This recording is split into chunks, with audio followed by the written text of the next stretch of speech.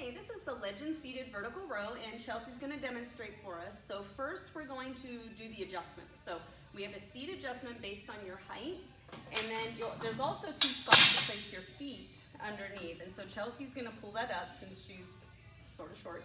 And then there's also an adjustment for the chest. So your chest you're going to want based on your arm length and what's comfortable reaching at the handles. So Chelsea's going to go ahead and get on, and she's going to start with the neutral grip. And when she pulls, she's going to keep her sternum and her chest up against the pad and pull back, and this is going to hit more lats right in here. Okay, and then she's going to switch to an overhand grip. And when performing this with an overhand grip, we're getting more upper back and rear delts. Okay, and then finally we're going to demonstrate this with an underhand grip down at the bottom handles. So this is just another way to go ahead and hit your lats similar to the neutral grip.